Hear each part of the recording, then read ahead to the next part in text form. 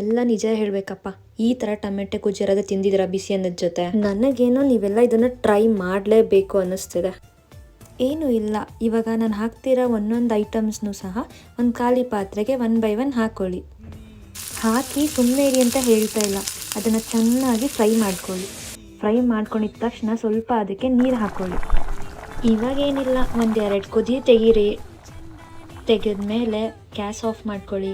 Gas off ಮಾಡಿ ಚೆನ್ನಾಗಿ ಬಿಸಿ ಇರೋಂಥದ್ದನ್ನ ತಣ್ಣಗೆ ಮಾಡ್ಕೋಬೇಕು. ತಣ್ಣಗೆ ಮಾಡ್ಕೊಂಡು ಗ್ರೈಂಡರ್ಗೆ ರೆಡಿ ಮಾಡ್ಕೊಳ್ಳಿ.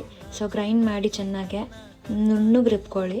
ನುಣ್ಣಗೆ ರುಬ್ಕೊಂಡಾದ್ಮೇಲೆ ಇವಾಗ ಸ್ವಲ್ಪ ಒಗ್ಗರಣೆ ಹಾಕಿ ನಾವು ರುಬ್ಬಿಟ್ಟಿರೋಂತಹ ಮಸಾಲಾಗೆ ಎಲ್ಲ ಇಂಗ್ರೀಡಿಯೆಂಟ್ಸ್ನ ಕ್ಯಾಪ್ಷನ್ಸಲ್ಲಿ ಮೆನ್ಷನ್ ಮಾಡಿರ್ತೀನಿ. ಈಗ ರುಚಿಯಾದಂಥ ಟೊಮೆಟೊ ಗೊಜ್ಜನ್ನ ಸವಿಸೋಣ ಬನ್ನಿ.